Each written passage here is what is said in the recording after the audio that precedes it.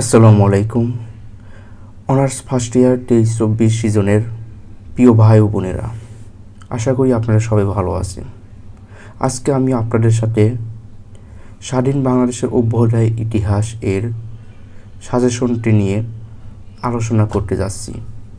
তো আলোচনা শুরু করার পূর্বে আমি আপনাদেরকে জানাতে চাই যে আপনাদের যদি কোনো সাজেশনের পিডিএফ প্রয়োজন হয় তাহলে অবশ্যই আমাকে ইনবক্স করবেন অথবা আমাদের সাথে যোগাযোগ করবেন।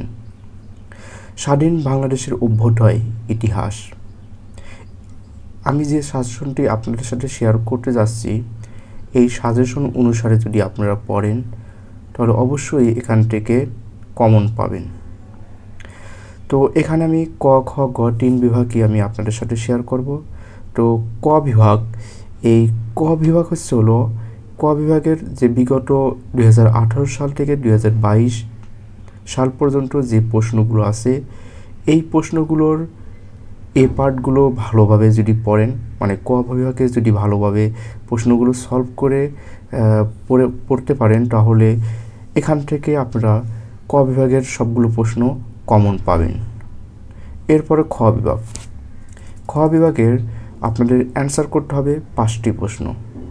তো এখানে আমি আপনাদের সাথে বেশ কিছু কোশ্চেন শেয়ার করব। এই কোশ্চেনগুলো অবশ্যই পড়বেন এবং এইগুলোর ভিতর থেকেই কমন আসবে। যেমন 1 নম্বর, বাঙালি সংকট জাতি ব্যাখ্যা করো।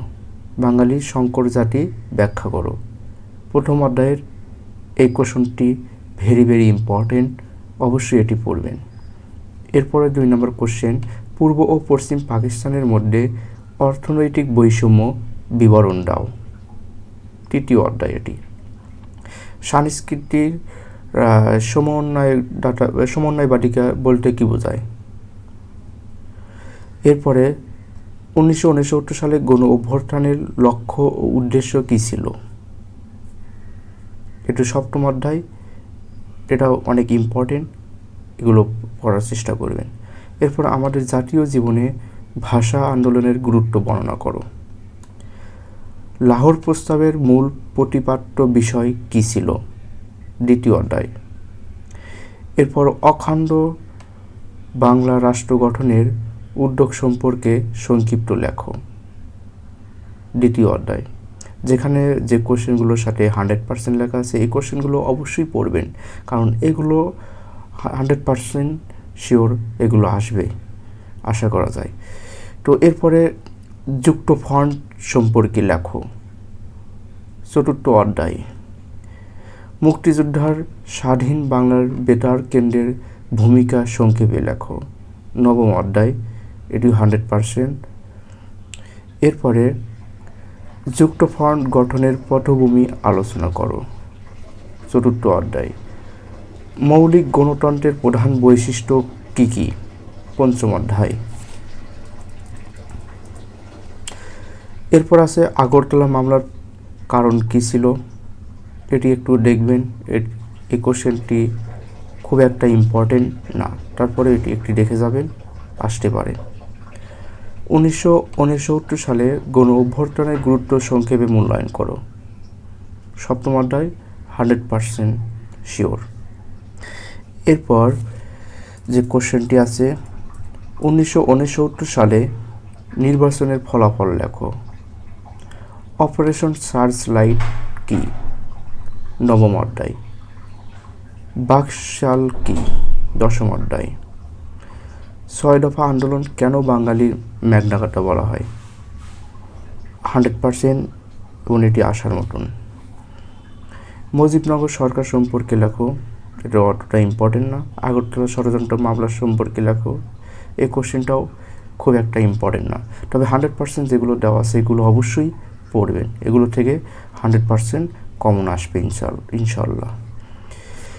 এরপরে ঘ বিভাগ, ঘ বিভাগের কোশ্চেন থাকবে 8টি, সেখান থেকে 5টি কোশ্চেনে আনসার করা লাগবে, প্রতিটি কোশ্চেনে মার্ক থাকবে 10 মার্ক। বাংলাদেশের অধিবাসীদের আর্থসামাজিক জীবনধারা ভূপ্রকৃতির প্রভাব আলোচনা করো, 1ম অধ্যায়, 100% শিওরিটি আসবে। এরপরে 1952 সালে ভাষা আন্দোলনের পটভূমি ও গুরুত্ব আলোচনা করো, 4র্থ অধ্যায়। এরপরে 3 নম্বর 1958 সালে পাকিস্তান সামরিক শাসন জারির কারণ ও ফলাফল আলোচনা করো। 1952 সালে সংবিধানের বৈশিষ্ট্যগুলো আলোচনা করো। এরপর আছে স্বাধীন বাংলাদেশের অভ্যুদয়ের বাংলা ভাষার অবদান আলোচনা করো, 1ম অধ্যায়। এরপর আছে ছাত্র সংগ্রাম পরিষদের 11 দফা দাবি বর্ণনা করো, এটি 7ম অধ্যায়ের। এরপর আছে লাহোর প্রস্তাব কি, এর বৈশিষ্ট্যসমূহ আলোচনা করো, 2য় অধ্যায়। এরপরে যে কোশ্চেনটি আছে সেটি হচ্ছে লাহোর প্রস্তাবের পটভূমি আলোচনা করো এবং ইহার মূল প্রতিপাদ্য বিষয় কী ছিল। এই কোশ্চেনটা অবশ্যই পড়বেন। এটা যদি খ বিভাগে যদি না আসে তাহলে ঘ বিভাগে অবশ্যই আসবে। বাংলাদেশের জনগণের নৃতাত্ত্বিক পরিচয় বিশ্লেষণ করো, 1ম অধ্যায়। মুক্তিযুদ্ধ নারীদের অবদান আলোচনা করো, 9ম অধ্যায়। অখণ্ড স্বাধীন বাংলা গঠনের পরিকল্পনা ব্যাখ্যা করো, এই পরিকল্পনা ব্যর্থ হয়েছিল কেন তা ব্যাখ্যা করো। এরপর কোশ্চেন 12 নম্বর, পূর্ব ও পশ্চিম পাকিস্তানের মধ্যে বৈষম্যমূলক নীতিসমূহ আলোচনা করো, 3য় অধ্যায়।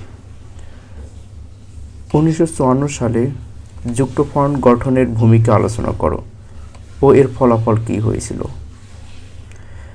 আগরতলা মামলার কারণ ও ফলাফল বর্ণনা করো।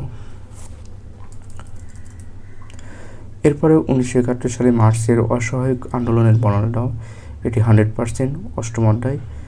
অবশ্যই আসবে, এটা আপনারা অবশ্যই এটা পড়বেন। আইয়ুব খানের শাসন আমলের বৈশিষ্ট্যগুলো লেখো, 5ম অধ্যায়। 1970 সালে নির্বাচনের ফলাফল ও গুরুত্ব বর্ণনা করো, 8ম অধ্যায়। এটি 100% আসবে, অবশ্যই এটি পড়বেন। তো এই ছিল ঘ বিভাগের কোশ্চেনগুলো। এরপরে আরও 2টা কোশ্চেন আছে, তো এই কোশ্চেনগুলো একটু ভালোভাবে পড়বেন। আশা করা যায় এখান থেকে আপনারা কমন পাবেন। তো এরকম সাজেশন পেতে চাইলে আমাদের সাথেই থাকবেন। আর ভিডিওটি ভালো লাগলে অবশ্যই লাইক, কমেন্ট, শেয়ার করে সাথে থাকবেন। সম্পূর্ণ ভিডিওটি দেখার জন্য থ্যাঙ্কস আ লট।